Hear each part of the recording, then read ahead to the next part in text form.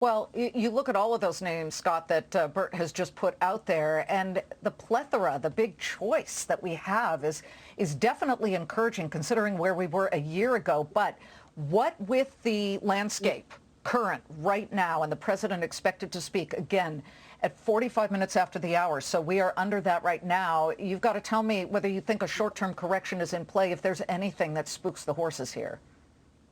You know, Liz, as awful as this situation is, I think the bigger concern for consumers, quite frankly, is what's going on with COVID and the Delta variant, and how much that may keep people away from shopping retail. Not so much online, but at the brick and mortar stores. So, you know, the Walmart, Target, Costco's, yeah, those things have been flying. I love them, but I believe they've gotten a little bit ahead of themselves. So I still like a couple of the discounters, and I'm looking at first of all, TJX.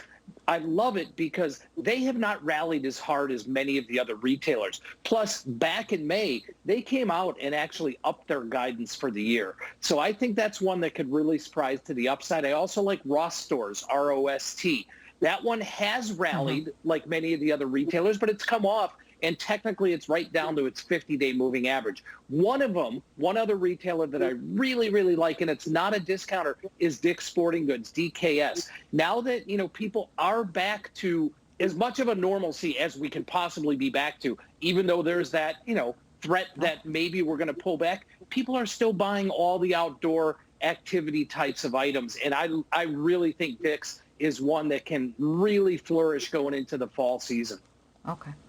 Well, as we showed everybody, it is a packed calendar for retail names across the board. Bert, Scott, wonderful to have you. Thank you. Again, folks, a very busy session here.